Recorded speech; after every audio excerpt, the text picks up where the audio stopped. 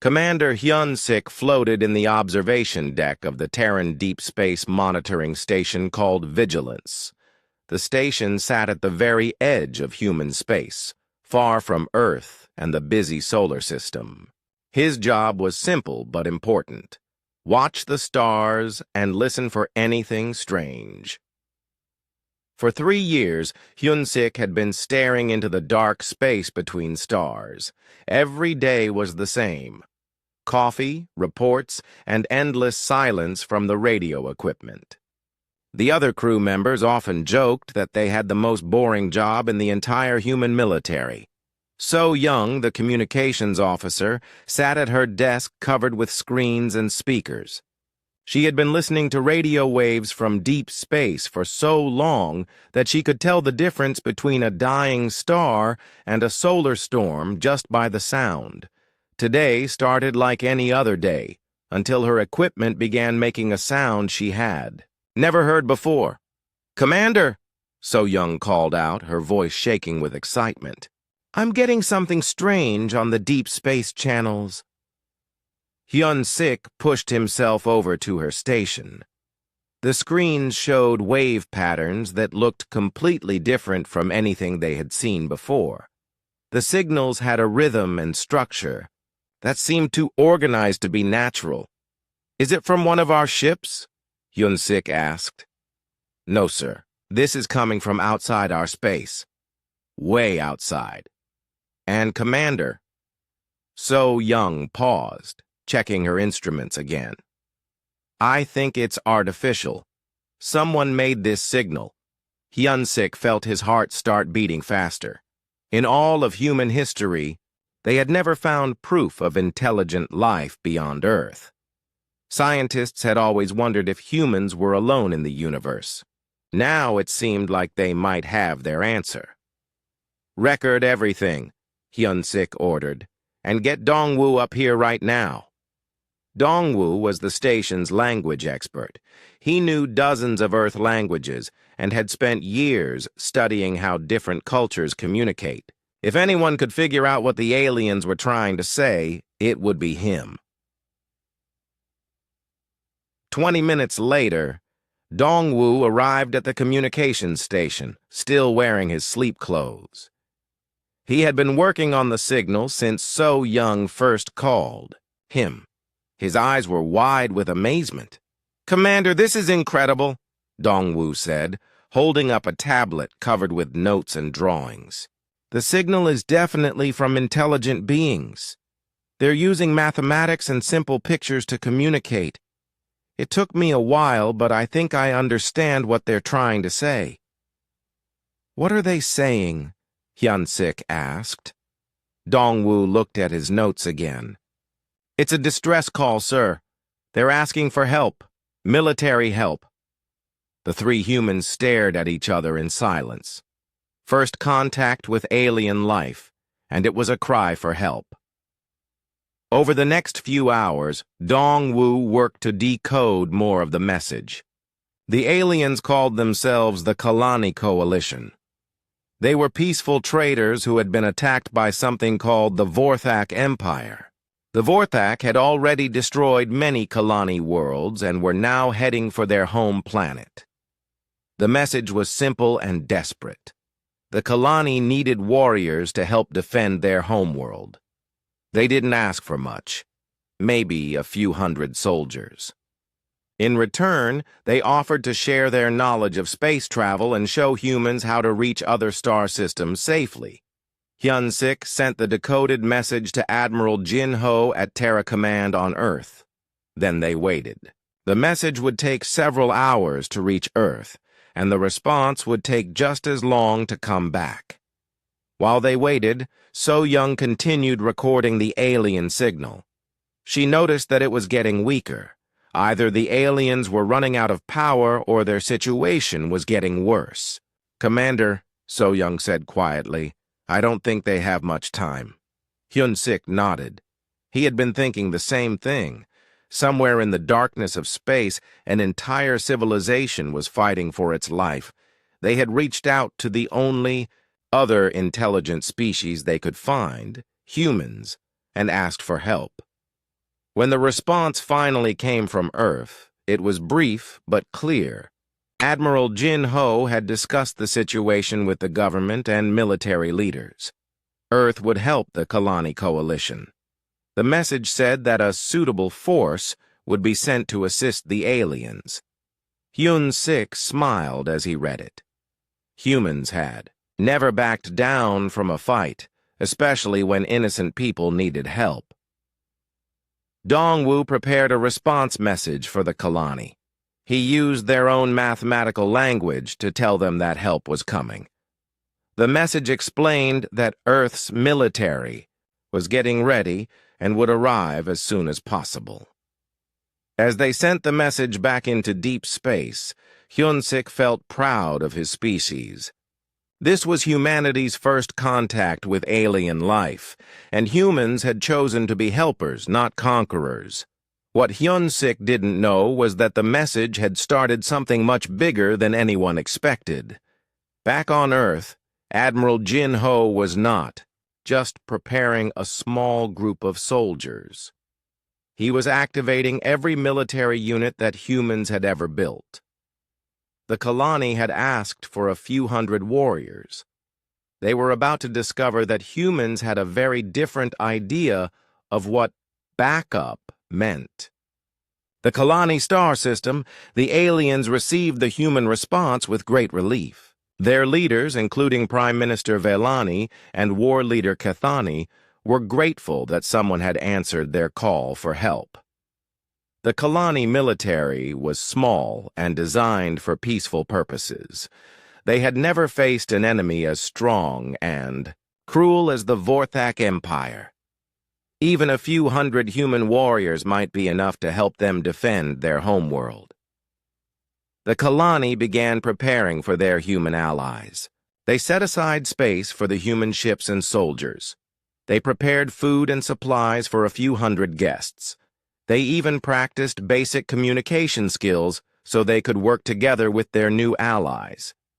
Meanwhile, the Vorthak Empire continued its attack on Kalani space. War Master Zektal led the Vorthak fleets with confidence. His ships had destroyed dozens of worlds and defeated every enemy they had faced. The Kalani were weak and would fall like all the others. Zektal had no idea that the Kalani had called for help. Even if he had known, he would not have worried.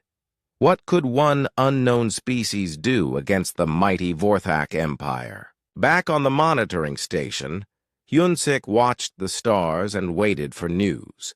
He knew that human ships were getting ready to travel farther from Earth than any human had ever gone before. This was the beginning of something new for the human race. So Young continued listening to alien signals from across the galaxy. Now that they knew how to recognize artificial signals, she was hearing voices from many different species. The universe was full of intelligent life, and humanity was about to meet them all. Dongwu worked on learning more alien languages. If humans were going to help the Kalani, they would need to communicate clearly. He also studied what the messages told them about Kalani culture and society. As the hours passed, Hyun-sik realized that this day had changed everything. Humans were no longer alone in the universe. They were about to become part of something much larger, a community of intelligent species scattered across the stars. The only question now was what kind of neighbors humans would turn out to be. Admiral Jin Ho stood in the command center of Terra Command, surrounded by screens showing military bases across the solar system. The alien message had arrived 6 hours ago, and already the human military machine was moving faster than ever before. The decision to help the Kalani had been easy. The scale of that help was turning out to be much larger than anyone had planned. General Haewon entered the command center carrying a thick folder of reports. Her face showed the stress of organizing what was quickly becoming the largest military operation in human history. "Admiral, we have a problem," Heywan said, setting down the folder. Every branch of the military wants to be part of this mission. Jin Ho looked at the first report. The Solar Navy wanted to send 3 full battle fleets. The Marine Corps was requesting permission to deploy 2 entire divisions. The Air Force wanted to bring their newest fighters and bombers. Even the Coast Guard was asking if they could help. How did this get so big so fast? Jin Ho asked. Intelligence Director Kyung Min stepped forward with his own report. Sir, this is first contact with hostile alien forces. Every commander sees this as the most important mission in human history. No one wants their unit to miss it. Jin Ho understood the problem. The Kalani had asked for a few hundred soldiers. Human military leaders were preparing to send hundreds of thousands. General Tae-hyun walked into the room looking excited. As head of military planning, he had been working all night to coordinate the growing mission. Admiral, I've activated the Terran Defense Protocol, Tae-hyun announced. Jin Ho stared at him. The Terran Defense Protocol was designed for one purpose: protecting Earth from complete destruction. It had never been used before, even during the worst conflicts in human history. Tae-hyun, that protocol mobilizes our entire military, Jin Ho said slowly. Yes, sir, and that's exactly what we need. The numbers were staggering. Admiral Yoon-ji of the Solar Navy was preparing 800 warships. Colonel Woo Jin had mobilized 200,000 Marines. General Young-ho was loading fighter squadrons onto massive carrier ships. Even Captain Ji-hai of the Merchant Marine was converting cargo ships into military transports. But the military was only part of the response. Director Sung-ho from the Department of Xenological Affairs arrived with his team of scientists. They had been studying the Kalani messages and preparing for first contact protocols. Anthropologist Nari had written reports about Kalani culture. Military analyst Jae Sung had studied what they knew about Vorthak tactics. We need to understand who we're fighting for and who we're fighting against, Sung-ho explained to the gathering commanders. Supply coordinator Min-ji was dealing with an even bigger challenge. Moving hundreds of thousands of soldiers across space required more supplies than had ever been transported before. Food, weapons, fuel, spare parts, medical supplies, everything needed to keep a massive army running far from home. We're going to need supply ships the size of cities, Min-ji reported, and manufacturing facilities to build more equipment when we get there. The response grew beyond anything the government had planned. Corporate Admiral Chan Woo, representing the United Terran Corporations, offered the industrial might of Earth's biggest companies. Factories that built civilian goods could be converted to produce military equipment. Research Director Hyo Jin from the Institute of Advanced Sciences wanted to bring experimental weapons that had never been tested in real combat. This is our chance to see how our technology works against truly alien enemies, she said. Even Agricultural Minister Geum-ja volunteered food production ships that could feed millions of people. If we're going to establish a human presence, in alien space, our people will need to eat, she pointed out. By the end of the first day, Jin Ho was looking at deployment numbers that scared even him.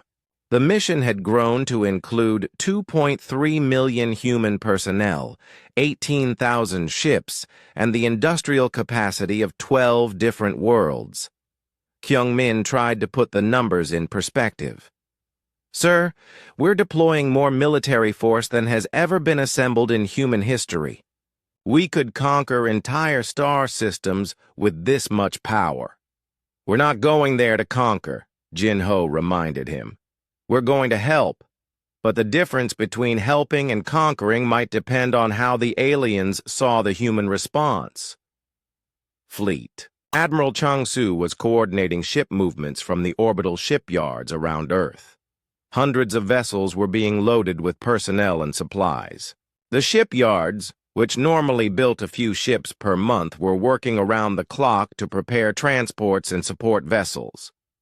"Admiral, the logistics alone are incredible," Chang Su reported. "We're moving more material than most planets produce in a year." Captain Sang Min, who commanded one of the transport fleets, was amazed by what he was seeing. "I've been in the Navy for 20 years, and I've never seen anything like this. It's like we're moving our entire civilization." That wasn't far from the truth. The human response included not just military units, but entire support systems. Mobile hospitals staffed by thousands of doctors. Engineering corps equipped to build. Bases and spaceports. Communication specialists who could establish networks across star systems. Communications. Director Huan Ju was setting up systems that would let human forces talk to each other across impossible distances. We need to be able to coordinate operations in real time, even when our forces are spread across multiple star systems. Manufacturing coordinator Young Su was loading factory ships that could produce everything from bullets to battleships. If this mission lasts longer than expected, we need to be able to supply ourselves without depending on Earth. As the second day of preparations continued, more organizations wanted to join the mission. Universities wanted to send research teams. Hospitals wanted to provide medical support. Even entertainment companies wanted to send news crews to record humanity's first interstellar war. Director Seo Jun from the Department of Colonial Affairs suggested that they should prepare for the possibility of permanent human settlements in Kalani space. If we're going to establish a presence there, we should plan for the long term. Jinho realized that the mission was no longer just about helping the Kalani. It had become humanity's first step into the wider galaxy. The human response would show every alien species what kind of neighbors humans could be. Cultural advisor Zhang Su raised an important concern. "Admiral, the Kalani asked for a small military unit. What are they going to think when we arrive with this massive force?" It was a good question. The Kalani were expecting a few hundred human soldiers. Instead, they were going to meet the largest military expedition in human history. "We'll explain that this is how humans provide backup," Jinho decided. "When our allies call for help, we make sure the job gets done right." Strategic planner A. Cha was already working on long-term plans. "Sir, once we establish a presence in Kalani space, other alien species are going to notice us. We should be prepared for contact with multiple civilizations." The implications were enormous. Humanity's response to one distress call was about to announce their arrival on the galactic stage in the biggest way possible. As Jinho reviewed the final deployment numbers, he wondered if they were making the right choice. The human force heading to Kalani space was powerful enough to change the balance of power in that entire region of the galaxy. But the Kalani had asked for help, and humans had never been known for doing things halfway. If they were going to save an alien civilization, they were going to make sure it stayed saved. The space around Kalani Prime had been quiet for weeks. The Vorthak Empire's attacking fleets had pulled back to regroup, giving the desperate Kalani coalition a brief chance to catch their breath. Ambassador Thelani floated in the observation deck of the diplomatic vessel Morning Peace, watching the empty space where enemy ships had been just days before. "Any word from our human allies?" asked strategic advisor Morani, joining Thelani at the viewing port. "Nothing yet," Thelani replied, "but they promised help would come." The Kalani had been waiting anxiously for their human reinforcements. Based on the messages they had received, they expected a small fleet of warships carrying a few hundred human soldiers. Every Kalani leader hoped these mysterious allies would be enough to help them survive the next Vorthak attack. War leader. Kethani drifted over from the command station. His usually calm demeanor showed signs of stress from weeks of fighting a superior enemy. Our scouts report no movement in the outer system. The humans should arrive soon if they're keeping their promise. Prime Minister Velani had prepared everything she could think of for their human guests. Food supplies, translation equipment, coordination protocols, even cultural guides to help the two species work together. The arrival of a few hundred alien warriors would be challenging enough to manage. Then space itself seemed to tear open. The first sign was a massive distortion in space-time that made every sensor on every Kalani ship scream warnings. Energy. Readings spiked beyond anything the Kalani had ever measured. Then the distortion collapsed, and ships began emerging from hyperspace. But not just a few ships, hundreds of them.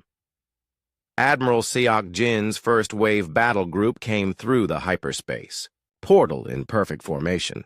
200 human vessels, led by the enormous dreadnought Iron Resolve, spread out across the Kalani system in a display of coordinated precision that left the watching aliens speechless.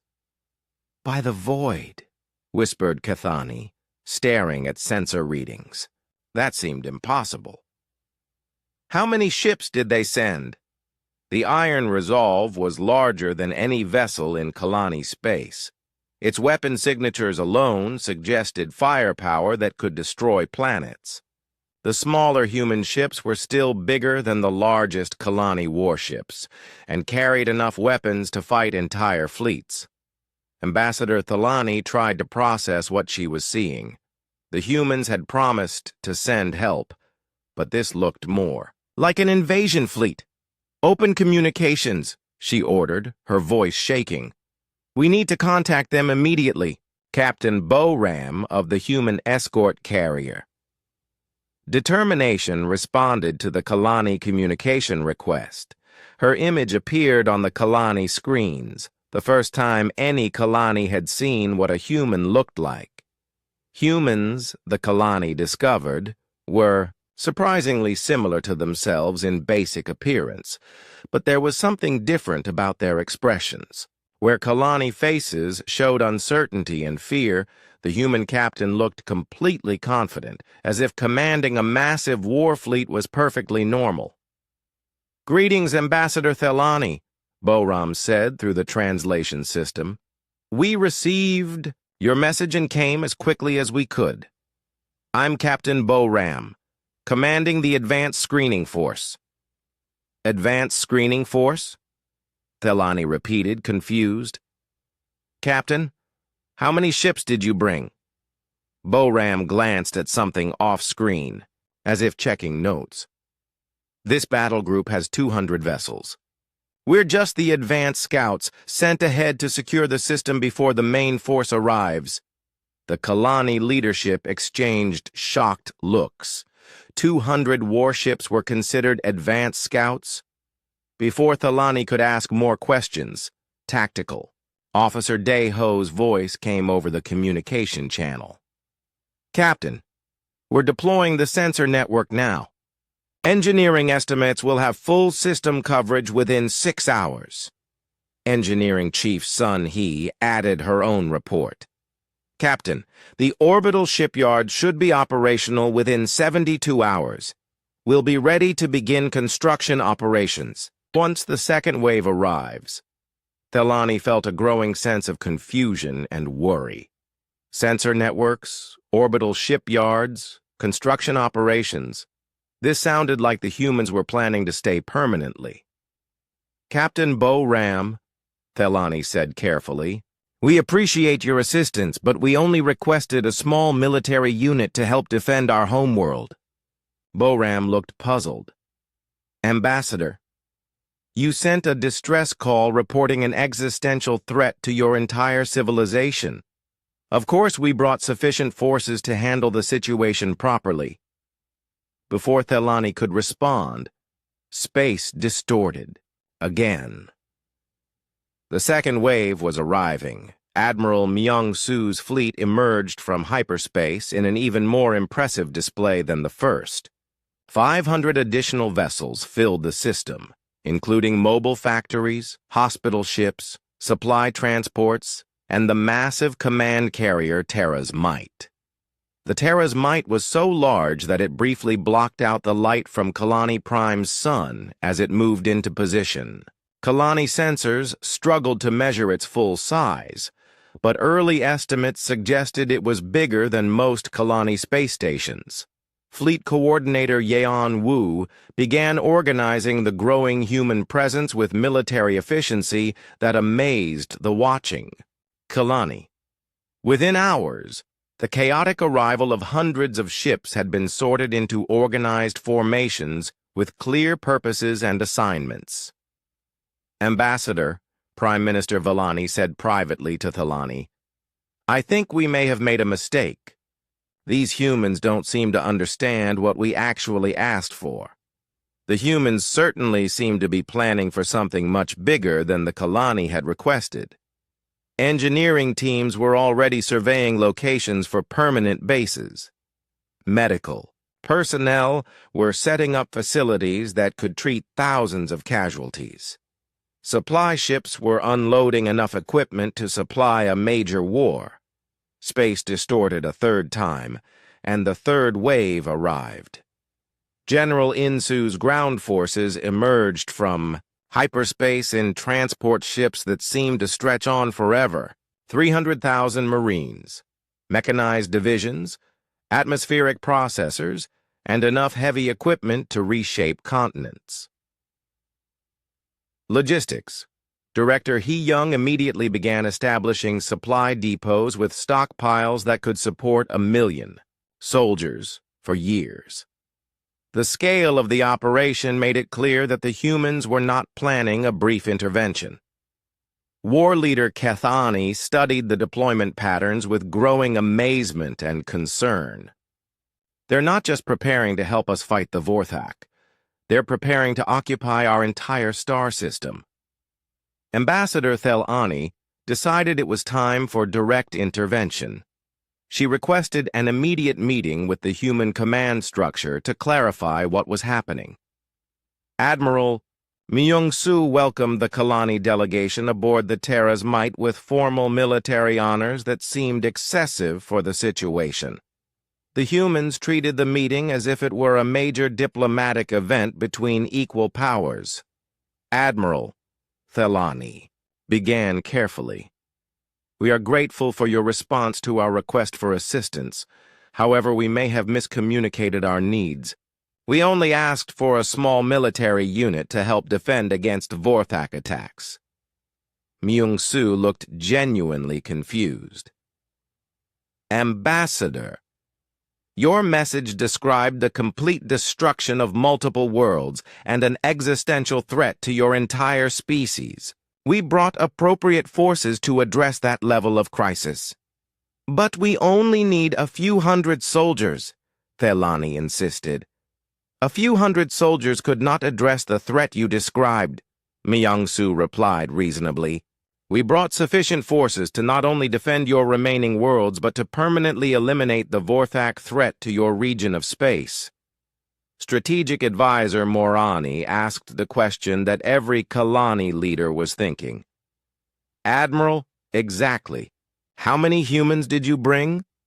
Myung-Soo consulted his reports. "Current deployment includes 2.3 million personnel across all services, with additional waves still en route. Final numbers will depend on how the tactical situation develops." The Kalani delegation sat in stunned silence. They had asked for help defending one world. The humans had brought enough forces to conquer an entire stellar region. "We should also mention," added Ambassador Su Min, who had been quietly observing the meeting, "that this is just our initial response. The main fleet is still being organized, back in human space." Prime Minister Vellani realized that first contact with humanity had fundamentally changed the Kalani Coalition's place in the galaxy. They had called for backup and received what amounted to a full-scale military occupation by beings whose capabilities exceeded their wildest imagination. The question now was whether being saved by the humans would turn out to be better than being conquered by the Vorthak. War Master Zektal had been conquering star systems for the Vorthak Empire for over 20 years. His strategy was simple and had never failed. Arrive with overwhelming force, destroy any resistance quickly, and move on to the next target before the enemy could organize a proper defense. The Kalani Coalition had been following this pattern perfectly. Their small, peaceful fleets were no match for Vorthak military might. System after system fell to Zektal's forces with minimal resistance. Kalani Prime would be just another easy victory. That was before the humans arrived. Zektal's flagship, the Conquering Blade, dropped out of hyperspace at the edge of the Kalani system with 50 attack vessels. Intelligence reports suggested the Kalani had no significant defenses left. This should be a routine cleanup operation. Instead, Zektal found himself facing the largest concentration of military power he had ever seen. War Master, his tactical officer reported, voice filled with confusion. Our sensors are detecting over 700 enemy vessels in system. Energy signatures are unprecedented. Zektal studied the sensor displays with growing concern. The unknown ships were arranged in perfect formations that spoke of advanced military discipline. Their energy signatures suggested weapons technology that exceeded anything in Vorthak databases. Have the Kalani found new allies? Zektal asked. Unknown, War Master. But these ships do not match any known designs in our intelligence files. Admiral Kwang Su of the Human Heavy Battle Group had been monitoring Vorthak communications since they entered the system. The alien language was being translated in real time by linguistic computers that had been working on Vorthak communications patterns for weeks. Admiral, reported Communications Officer Jiwan, the Vorthak fleet is requesting identification and demanding our immediate surrender. Kwang Su almost laughed. 50 Vorthak ships demanding the surrender of 700 human vessels, supported by orbital defense platforms and backed by the most advanced military technology humanity had ever developed. Open a channel to the Vorthak flagship, Kwang Su ordered. Let's introduce ourselves properly.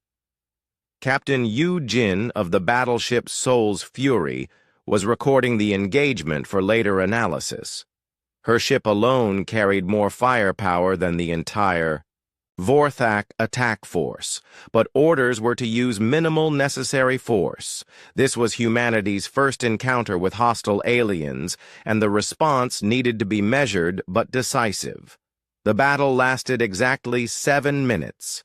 Vorthak weapons designed to penetrate Kalani energy shields proved completely ineffective against human kinetic barriers. Their plasma cannons, which could melt through Kalani hull materials, barely scratched human armor plating. Human response was swift and precise. Tactical Coordinator Jun Ho coordinated missile strikes that disabled Vorthak weapon systems without destroying the ships entirely. Long-range railguns targeted Vorthak engines with accuracy that seemed impossible to the alien commanders. War Master Zektal watched in horror as his fleet was systematically dismantled by weapons firing from ranges. His own ships could not even reach. Vorthak boarding tactics based on close-range combat and personal weapons never had a chance to be used.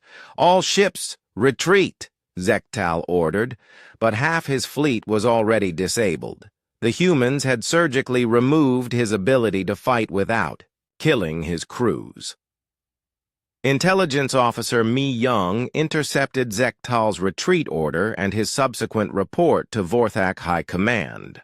The translation made it clear that the Vorthak had never encountered anything like human military technology. "Admiral," Mi Young reported to Kwang Su, "the Vorthak commander is reporting that the Kalani have acquired impossible allies with weapons that defy known physics." Kwang Su reviewed the battle reports with satisfaction. Human losses: 0 ships, 0 casualties, minimal ammunition expenditure. Vorthak losses: 25 ships disabled, 15 ships retreated with heavy damage, estimated 5,000 casualties. "Was this engagement representative of human capability?" asked Ambassador Thelani, who had been observing from the Terra's Maita. Strategic analyst Byung-hun consulted his tactical computers. "Ambassador, this engagement utilized approximately 3% of available human firepower in the system. We could have achieved the same result with a single heavy cruiser." The Kalani delegation exchanged worried glances. 3% of human firepower had just destroyed a Vorthak attack force that could have conquered their entire homeworld. General Sang-wook was already analyzing the broader implications. The Vorthak Empire's military doctrine assumes technological parity with their enemies. Their tactics are based on overwhelming numbers and aggressive close-range combat. Against opponents with superior range and defensive capability, their entire strategic framework becomes obsolete. War Master Zektal's retreat took him directly to the nearest Vorthak command base, where he delivered a report that sent shock waves through the Empire's military hierarchy. "Supreme Commander," Zektal reported to his superior, "the Kalani have allied with beings whose military capability exceeds our understanding. Our weapons were completely ineffective. Their weapons destroyed our ships from impossible ranges. Request immediate reinforcement with our heaviest battle fleets." Supreme Commander Korthul had been expecting an easy victory report. Instead, he was hearing about a military disaster against an enemy that should not exist. "How many ships did these new allies deploy?" Korthul demanded. "Estimated 700 vessels, Supreme Commander. All of advanced design with capabilities that suggest they come from a civilization with technology centuries ahead of our own." Korthul consulted strategic databases that contained information about every known species in the galaxy. "None of ours then possessed the kind of military technology Zektal was describing." "War Master, are you certain these are not Kalani ships with upgraded weapons?" "Supreme Commander, I have fought the Kalani for months. These ships are completely different. The beings controlling them call themselves humans. They appear to be a previously unknown species with military capabilities that may exceed our own." The implications were terrifying. The Vorthak Empire had built its expansion strategy on the assumption that they possessed the most advanced military in their region of space. If a new species with superior technology had entered the conflict, everything would have to change. Back in the Kalani system, Captain Jong-ho of the destroyer Busan Rising was conducting patrol operations against remaining Vorthak forces. His single ship encountered an entire Vorthak supply convoy, 12 cargo vessels protected by 8 warships. The engagement lasted 4 minutes. Jong-ho's ship destroyed the escort vessels and captured the supply ships without taking any damage. Squadron. Leader Minho commanded a fighter wing that was assigned to eliminate a fortified Vorthak supply depot on an asteroid base. The depot was defended by automated weapon systems and a garrison of 2,000 Vorthak soldiers. The humans classified the mission as a training exercise. Minho's fighters destroyed the depot's defenses in 18 minutes and forced the garrison to surrender without a single human casualty. The Vorthak defenders later reported that the human fighters moved faster and hit harder than anything they had previously encountered. Research Director Junseo was analyzing captured Vorthak technology in mobile laboratories that had been set up throughout the system. Initial reports were disappointing from a human perspective. Most Vorthak equipment is industrially interesting but militarily irrelevant, Junseo reported to Admiral Kwang-soo. Their weapons technology is approximately equivalent to human systems from 50 years ago. Their defensive systems are even more primitive. The Kalani leadership struggled to understand the scale of human technological superiority. War leader Kethani had studied Vorthak military capability for years and considered them nearly invincible. How is it possible that your weapons are so much more advanced than Vorthak technology? Kethani asked Admiral Kwang-soo. We're not sure they are that advanced, Kwang-soo replied honestly. Vorthak technology seems to be designed for fighting enemies with similar capabilities. They've never had to face opponents with significant technological advantages. Strategic advisor Morani was beginning to understand the true scope of what was happening. The humans had not just brought superior numbers to the conflict. They had brought technology that made the Vorthak Empire's entire military strategy obsolete. Intelligence reports from across Vorthak space confirmed what the human analysis had predicted. The Empire's military commanders were requesting emergency reinforcements and completely new tactical doctrines to deal with an enemy they did not understand. What the Vorthak did not realize was that they were not facing humanity's most advanced military technology. The human forces in Kalani space were using standard equipment that was designed to fight other human opponents.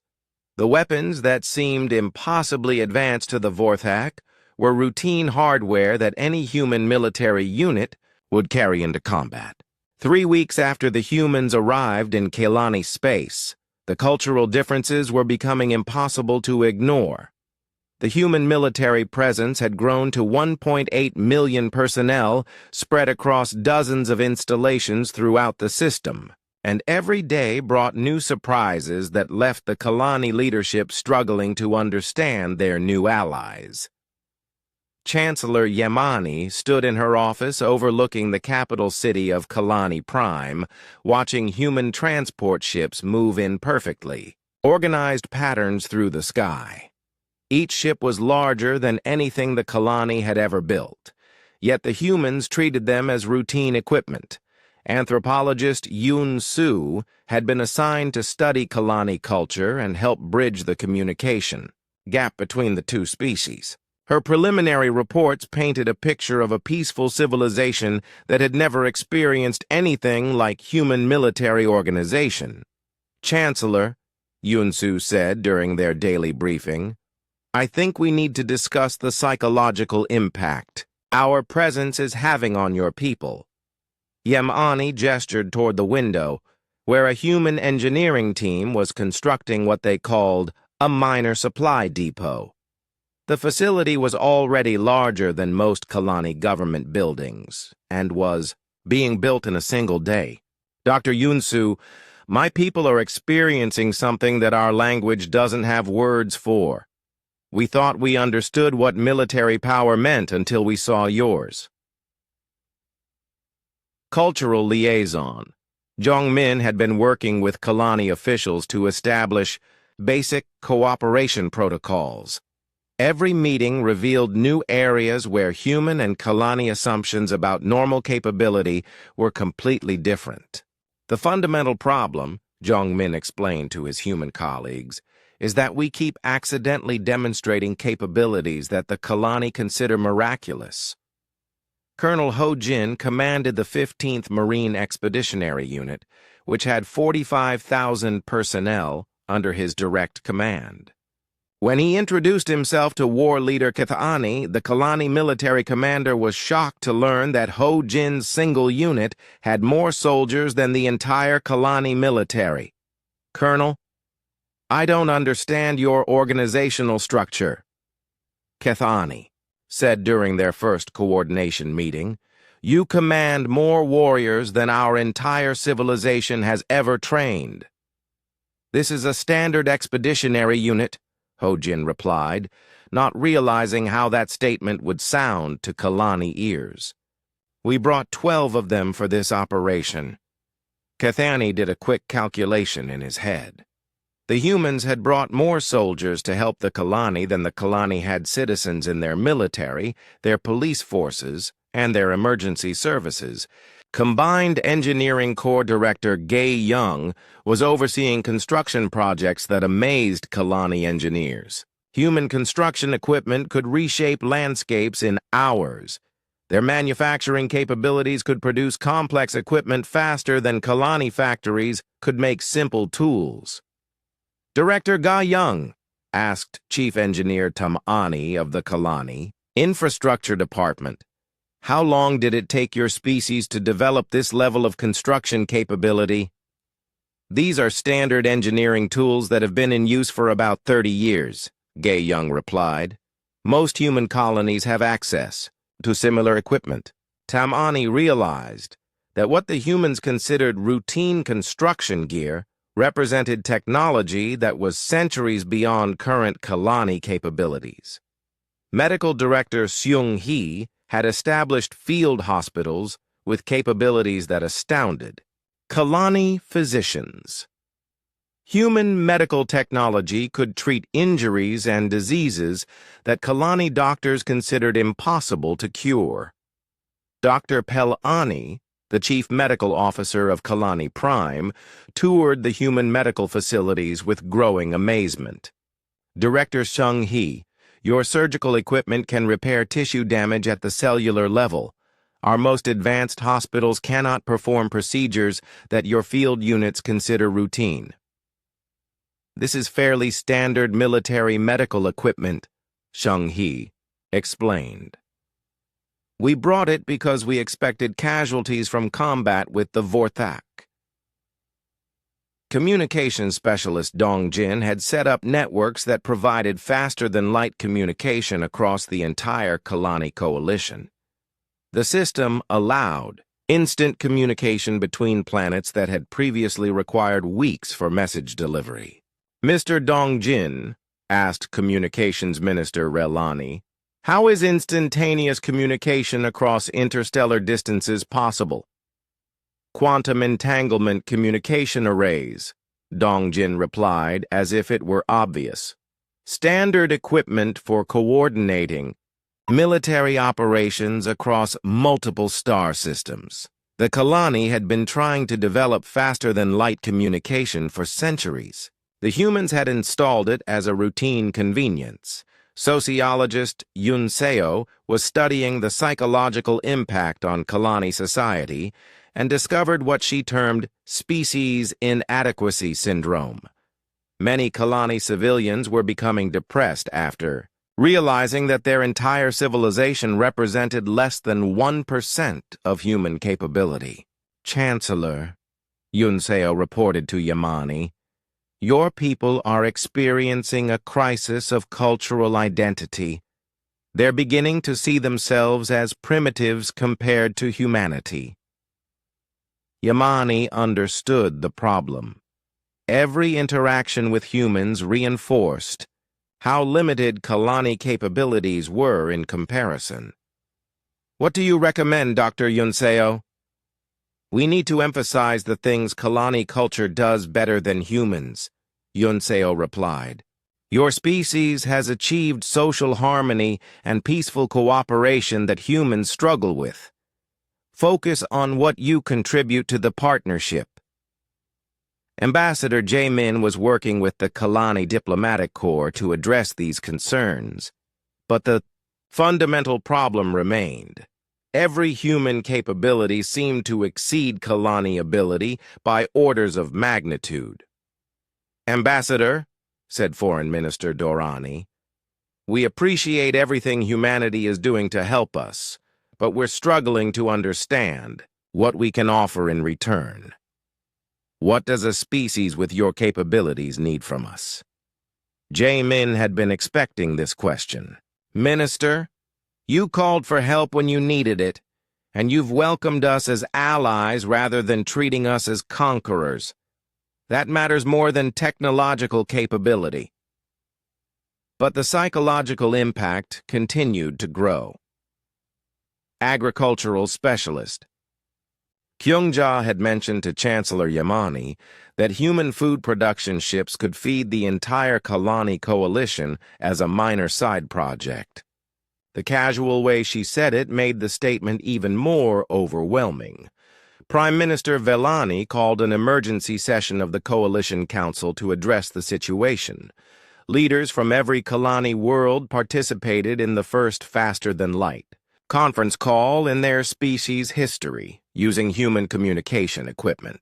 Fellow leaders, Velani began, we must discuss how our alliance with humanity is affecting our people's sense of worth and purpose. Governor Sekani of the industrial world Kalani II spoke first. Prime Minister, human manufacturing equipment installed on my world has increased our production capacity by 2,000%. Our factory workers feel obsolete. Administrator Nekani from the agricultural world Kalani III had similar concerns. Human farming technology could replace our entire agricultural workforce with a handful of automated systems. Defense Coordinator Bex Ani raised military concerns. Our warriors trained their entire lives to protect our worlds. Now we have allies who can defend our entire civilization with a fraction of their available forces. Velani understood that the Kalani coalition was facing an identity crisis. Their first contact with humanity had saved them from the Vorthak Empire, but it had also revealed how small their place in the universe really was. We need to focus on what makes our species valuable as partners, Velani decided. Humanity may have superior technology, but we have knowledge of this region, of space, and established relationships with dozens of other species. Cultural advisor Wemani suggested another perspective. Perhaps our role is to help humanity understand how to interact with other species peacefully. They seem to approach every problem with overwhelming force, but diplomacy requires subtlety. That evening, Chancellor Yamani met privately with Admiral Kwang Su to discuss the situation. Admiral, your people have been incredibly generous in helping us, but we're struggling with the psychological impact of such a dramatic difference in capabilities. Kwang Su nodded thoughtfully. Chancellor, humanity went through similar experiences when we first encountered truly advanced technology. The important thing is to focus on growth and cooperation rather than comparison. But, Admiral, the difference between our species is so vast. What can we possibly contribute to this partnership? You've already contributed the most important thing, Kwang Su replied. You showed us that there are peaceful species in the galaxy worth protecting. That's valuable beyond any technology. Despite the reassurance, the fundamental reality remained. The Kalani had called for backup to save their civilization, and they had received backup that guaranteed their survival while fundamentally changing their understanding of their place in the universe. Supreme War Leader Karthul stood in the command center of the Vorthok Empire's greatest military fortress, studying reports that seemed impossible to believe. For the first time in the Empire's 1,000-year history, Vorthak forces were not just losing battles. They were being completely outmatched by an unknown enemy. His strategic council had been meeting for 3 days straight, trying to understand how the military situation had changed so dramatically.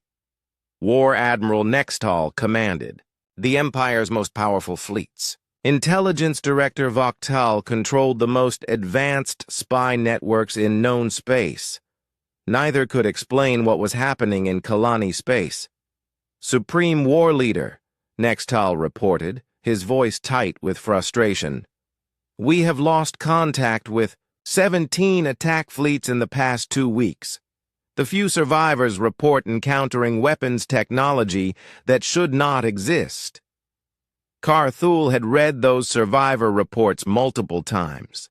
The descriptions seemed like fantasies, weapons that fired across impossible distances, defensive systems that made Vorthak attacks completely ineffective, ships that moved faster than anything in their databases. "Are we certain these reports are accurate?"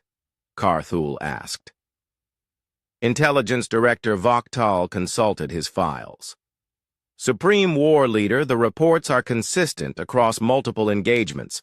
The beings calling themselves humans appear to possess military technology that is generations ahead of anything we have encountered. Field Marshal Gite of what the humans called the Terran Expeditionary Force had been systematically dismantling Vorthak positions throughout the region. His forces moved with precision that suggested advanced intelligence and coordination capabilities. What frustrated Vorthak commanders most was that the human attacks seemed effortless. Captain Jong-ho's destroyer had eliminated an entire patrol squadron without taking damage. Squadron leader Minho's fighter wing had destroyed a fortified supply depot in what human records classified as a training exercise. War Master Thektel commanded the Vorthak Reserve Fleet, the Empire's most powerful mobile force. Carthul had ordered him to gather experimental weapons and elite units for a decisive strike against the human forces. Supreme War Leader Thektal reported via subspace communication, "We have assembled 400 of our finest warships, including the experimental weapons platforms from the secret research facilities. This force represents our most advanced military technology." Carthul approved the deployment. If standard Vorthak equipment could not match human capabilities, perhaps their most advanced experimental systems would prove more effective. The Battle of the Outer Markers became the largest military engagement in Vorthak history. Thektal's fleet engaged a human patrol group consisting of 12 ships commanded by Captain Min Seok of the cruiser Incheon Victory. The Vorthak attacked with everything they had: plasma cannons, particle beams, gravity weapons, and experimental systems that had never been tested in combat. The engagement lasted 23 minutes.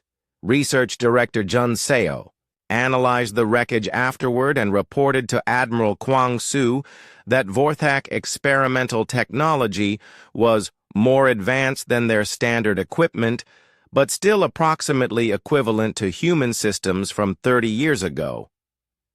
Thektal's flagship was one of only 47 Vorthak vessels that survived the battle. His report to Supreme War Leader Carthul was devastating.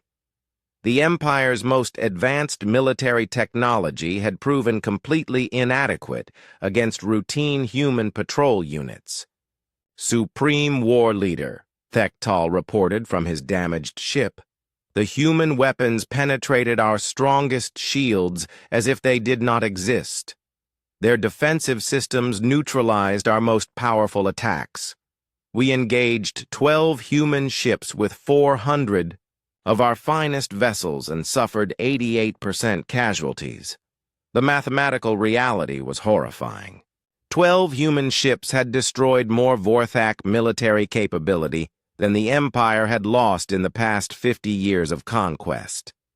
Intelligence analyst Hyeon Ju was monitoring Vorthak communications from her station aboard the Terra's Might.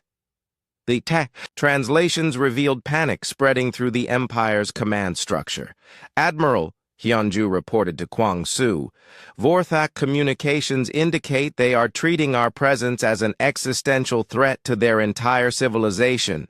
The Vorthak Empire's response was total war protocol, the mobilization of every military asset the Empire possessed. Carthul ordered the recall of forces from every occupied world, the activation of reserve fleets that had been in storage for decades, and the conscription of civilian vessels for military use. Within 2 weeks, The Vorthak had assembled the largest military force in their history, over 10,000 warships, 50 million soldiers, and industrial capacity converted entirely to military production. Strategic analyst Chang Min reviewed intelligence reports about the Vorthak mobilization with professional interest. Admiral, the Vorthak are deploying approximately 100% of their available military resources against our forces. Admiral Chang Wu had been monitoring the situation and requested additional fleet elements from Earth, not because the Vorthak posed a significant threat, but because it seemed unsporting to end a conflict too quickly when the enemy was trying so hard. Request additional battle groups from the Fifth Fleet, Chang Wu ordered. We should give them a fair chance to demonstrate their capabilities. The irony was completely lost on the Vorthak leadership. Their total military mobilization represented the largest warfare effort in their civilization's history, but to the humans, it was barely worth adjusting deployment schedules. Supreme War Leader Carthul studied strategic projections that showed the Empire's complete military strength arrayed against human forces. The numbers seemed encouraging. 10,000 Vorthak ships against fewer than 1,000 human vessels. War Admiral, Carthul said to Nextal, surely numerical superiority will compensate for their technological advantages. Nextal was less optimistic. Supreme War Leader, their technology is not just slightly better than ours. It appears to be fundamentally different.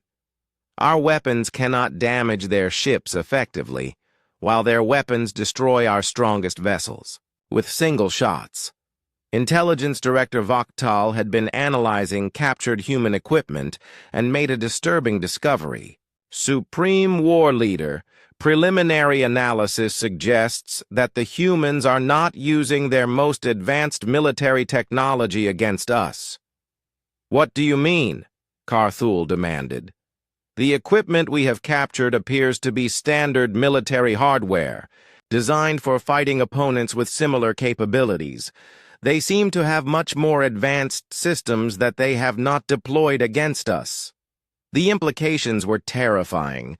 If the humans were defeating the Empire's best efforts with their routine military equipment, what would happen if they decided to use their advanced weapons? Captain Seo Yun of the battleship Daegu Defender was conducting reconnaissance operations in Vorthak space when she encountered the Empire's new super-dreadnought Cosmic Devastator, a massive vessel that had required 5 years to build and represented the pinnacle of Vorthak military engineering. The engagement lasted 6 minutes. The Cosmic Devastator was disabled and captured with minimal damage to its internal systems, allowing human analysts to study Vorthak technology in detail. Captain, reported Tactical Officer Beho after reviewing the Super Dreadnought's capabilities, this vessel's main weapon system has approximately 60% of the power output of our secondary guns. Seo Yun authorized the capture team to board the Vorthak vessel. The Cosmic Devastator's crew of 15,000 surrendered without resistance after realizing that their ultimate weapon was completely ineffective against human shields. News of the Super Dreadnought's capture spread through the Vorthak Empire within hours. Carthul realized that his species' most advanced military achievement had been casually defeated by a single human ship. Supreme War Leader, War Admiral Nextal said quietly. Perhaps it is time to consider negotiation rather than continued military action. Carthul studied the strategic situation with growing despair. The Empire had committed everything to defeating the humans and had succeeded only in demonstrating how hopeless the situation truly was. War Admiral, what terms do you think these humans would accept? Based on their actions so far, Supreme War Leader, I believe they would accept our complete surrender. The Vorthak Empire's thousand-year expansion had ended not with glorious conquest, but with the humbling realization that they had encountered a species so much more advanced that continued resistance was meaningless. 6 months after Commander Hyun Sik first detected the Kalani distress signal, the galaxy had fundamentally changed. The surrender ceremony aboard the command ship Terra Ascendant was being broadcast across known space, marking the official end of the Vorthak Empire and the beginning of what historians would later call the Terran Era. Supreme War Leader Kar Thul stood before Fleet Admiral Biom Seok in a ceremony that combined human military protocol with diplomatic traditions from a dozen different species. The formal surrender included not just the Vorthak military forces, but acknowledgement of human authority to restructure the entire former empire. Supreme War Leader Kar Thul, Admiral Biom Seok announced for the galactic broadcast, "The Terran Federation accepts your surrender and commits to the peaceful restructuring of former Vorthak territories. Your people will be given the opportunity to participate in a new government based on cooperation rather than conquest." The surrender ceremony revealed the true scope of the human response to the original distress call. The Terran fleet assembled. In Kalani space now numbered 47,000 vessels from every branch of human military service. Ground forces totaled 8.2 million personnel. Industrial capacity included mobile factories, shipyards, and terraforming equipment that could rebuild entire star systems. Galactic news networks reported that humanity had deployed more military capability for a single intervention than most civilizations possessed in their entire histories. The numbers seemed impossible, but they were verified by observers from dozens of neutral species. War Master Zektal now held aboard the detention ship rehabilitation. Hope expressed the confusion that many species felt about human motivations. During his interrogation by Intelligence Officer Young Hua, he asked the question that everyone was wondering about. "Officer Young Hua," Zektal said, "we called your response excessive, but you called it standard military protocol. Why did you bring your entire civilization to fight us?" Young Hua consulted her cultural briefing materials before answering. "War Master, humans interpreted the Kalani request for backup according to our own cultural understanding. When allies call for help, we send sufficient force to not just solve the immediate problem, but to ensure the problem never happens again." Cultural anthropologist So Min had been asked to explain human military philosophy to the Galactic Council. Her presentation became the most widely viewed document in galactic history. "Honorable counselors," So Min explained to representatives from across known space, "humans approach military assistance differently than most species. We do not send minimal force and hope for the best. We send overwhelming force and guarantee success." The concept was alien to most galactic civilizations, which typically calculated the minimum effort required to achieve their goals. Humans had calculated the maximum effort they could deploy, and then deployed it as a matter of routine procedure. Fleet Coordinator Tai Min began the demobilization process, which involved establishing permanent human bases throughout former Coalition and Vorthak space. Rather than withdrawing after victory, humans were creating infrastructure for long-term presence in the region.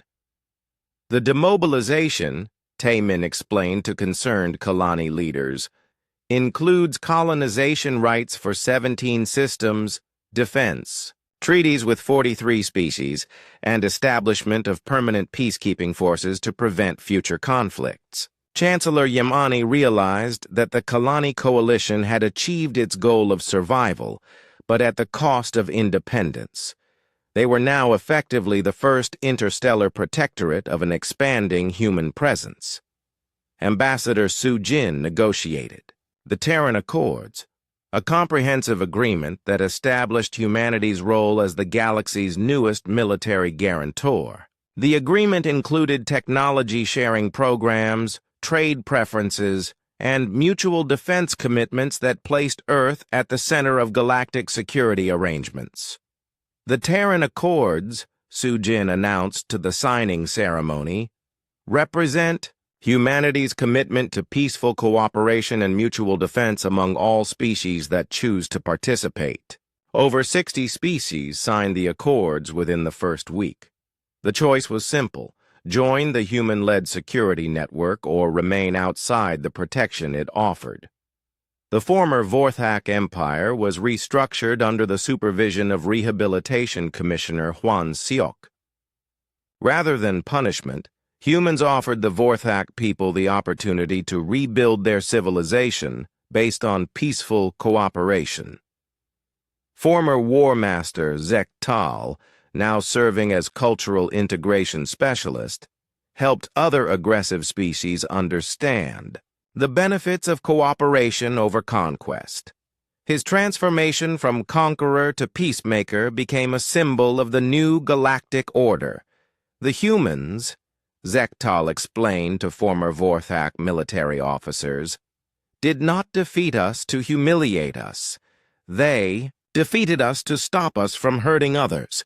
There is a difference that matters. Galactic Survey.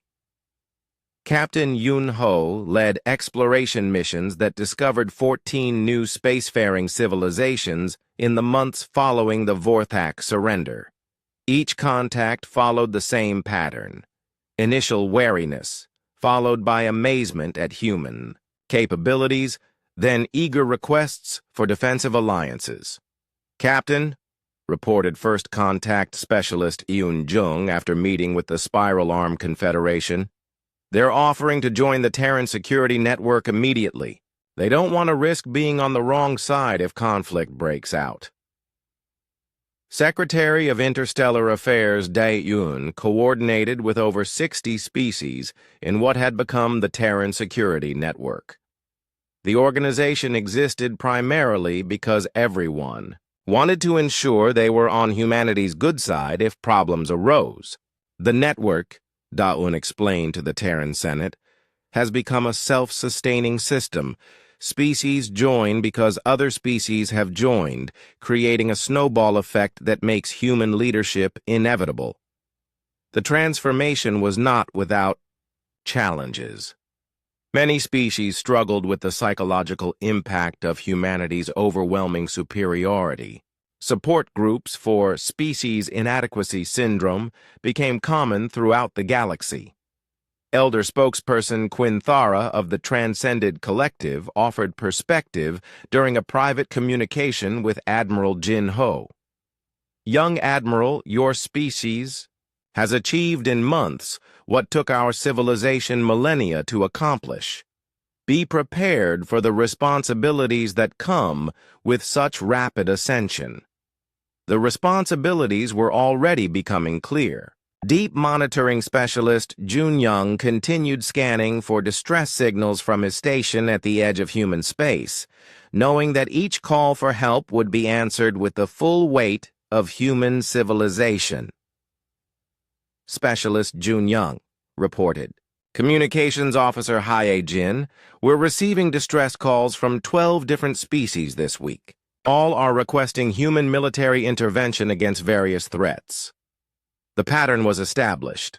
Humanity had demonstrated that calling for human help resulted in problems being solved permanently and thoroughly.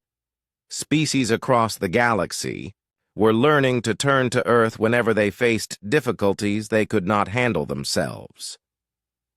Trade Minister Jian Wu managed economic integration between Earth and dozens of worlds. Human industrial capacity had revolutionized galactic commerce, creating prosperity levels that most civilizations had never imagined possible. "Minister," reported Economic Coordinator Sang He, Galactic GDP has increased by 340% since humans began participating in interstellar trade. Our manufacturing capabilities have eliminated scarcity for basic goods across 17 sectors. Tourist. Director Hyo Sung managed civilian travel between Earth and the former Kalani Coalition, now officially designated the Terran Kalani Cooperative Zone. What began as a military intervention had evolved into humanity's first extraterrestrial administrative region. Director, reported Travel Coordinator Jimin, we have waiting lists for civilian tours of alien worlds extending for the next 3 years. Everyone wants to see what we've accomplished out here. Colonial Administrator Yeonji oversaw 17 joint human Kalani settlements where the two species were learning to live and work together. The settlements served as models for integration between humans and other species throughout the growing Terran sphere of influence. The Vorthak Empire, now restructured as the Peaceful Vorthak Federation, focused on infrastructure development and technological research under human guidance. Former military factories were converted to produce consumer goods and terraforming equipment. The Federation, reported Rehabilitation Coordinator Won Jin, is ahead of schedule in converting from military to civilian economy. Former Vorthak military personnel are adapting well to peacetime occupations. 1 year after the original distress signal, Commander Hyun-sik remained at his post aboard the monitoring station Vigilance. His role had evolved from Deep Space Observer to Coordinator of First Contact Protocols as new species were discovered regularly. Commander, So Young called from her expanded communications center, we have 3 new signals today. 2 are requesting assistance with natural disasters, and 1 is asking for help with pirates. Hyun-sik smiled as he authorized the standard response. Each request would be forwarded to Terra Command, where Admiral Jin Ho would authorize deployment of sufficient human forces to solve the problem completely. So Young, send the standard reply. Help is on the way, and we're sending everything necessary to fix the situation permanently.